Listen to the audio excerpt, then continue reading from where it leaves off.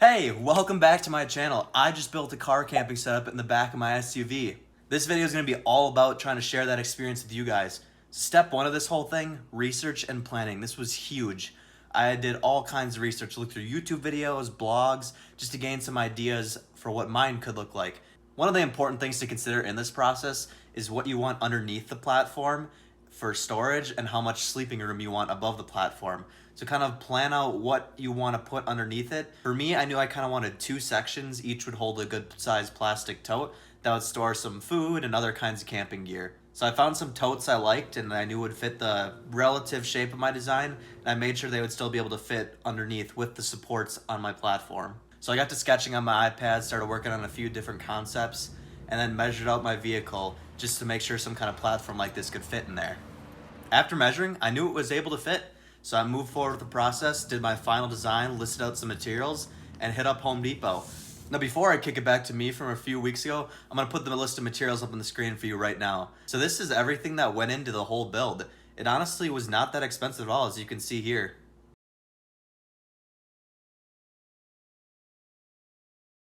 Now this is what the final design looked like. Now, just keep in mind that this design is not what the final product turned out like. Made some changes and adjustments along the way, but this is kind of in general the concept that I went for.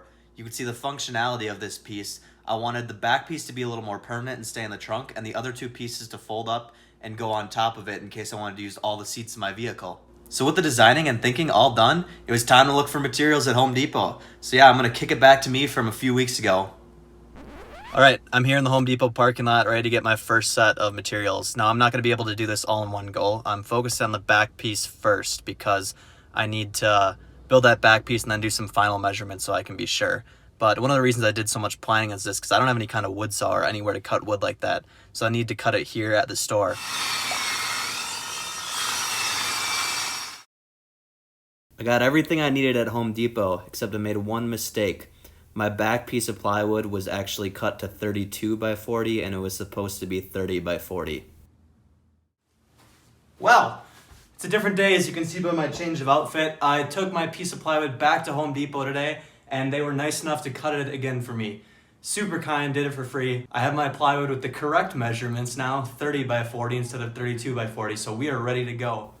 So I begin by working on the spines. I need to mark off where I'm going to cut notches out of these so a 2x4 can fit into this. If you can see there on the drawing, there's 3 spines and the 2x4 goes across all of them to give it some extra support, and that's the lip that the second piece is going to attach to the back piece. After doing my measurements, I get to sawing, using a carpenter's square to align my saw for a straight cut. And with the pieces cut, I was ready to glue them on and attach them into place. I laid my other pieces of plywood over the top just to give it some extra weight to make sure those spines were firmly attached. Then once the glue dried, I was ready to flip the bad boy over and start screwing it into place just to lock those spines in. For this, I used 1.5 inch wood screws to go through the 3/4 inch plywood and into the spines. The screws are placed roughly 5 inches apart, using about 5 screws a spine. The back piece is done. I'm really happy with how it turned out. It looks pretty good and it's really sturdy. So yeah, on to the next stage soon. But for now, I think I earned this one. So cheers. Next, I began to work on the 2x4 lip that the second piece would sit on. 2x4 is glued in, glue is drying. Once that 2x4 was in place, I set the second piece on it and started drilling holes. These holes were for the removable bolts, which allowed for the functionality of this piece to come completely off. At this point, I had to figure out how high to make the next support because the seats aren't straight when they're down. They make kind of a slant, as you can see here from my drawing. So I put in the back piece since we had that finished. And to figure out what the other support should be at the end there, I laid the second piece on top of that 2x4 that was going across there and then measured the distance from the plywood to the seat. It was actually pretty easy once I had it in there. So once I figured out the distance, it was just basically putting together the pieces. I used a 2x6 board now for the supports because a 2x6 is actually 5.5 inches wide, not 6 inches. So that fit perfectly for the 5.5 inches I measured out. And with that completed, it was time to move on to the last and final piece. Once I had the 2x6 in place, I just had to measure from the plywood to the ground. This was going to be for the very back supports when the piece was unhinged.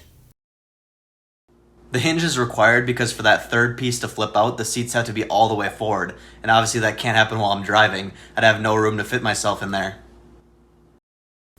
Then I attached the 30-inch piano hinge, which put the two pieces together that were going to be towards the front of the car.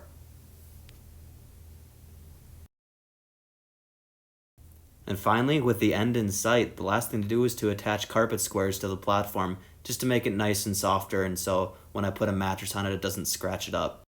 Now, Walmart sells these stickable carpet squares, which are perfect for this kind of thing. And for the last pieces that didn't exactly fit, a box cutter will cut right through it, which is super nice.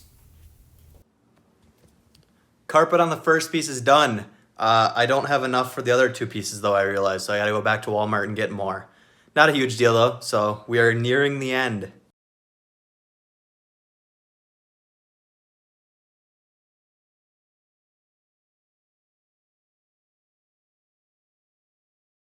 With those final carpet squares in place, the whole project was finished. This is what the final product looked like.